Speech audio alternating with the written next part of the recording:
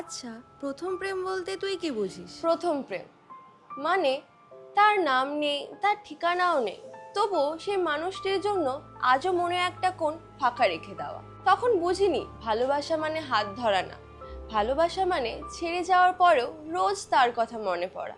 একটা নাম যেটা অনেক কিছুর মাঝে হঠাৎ করে চলে আসে, একটা স্মৃতি যেটা চাইলেও আর ফেলে রাখা যায় না।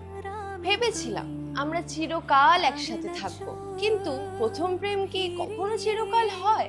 ভুল বোঝাবুঝি, রাগ, অভিমান, শেষমেশ কেবল নীরবতা।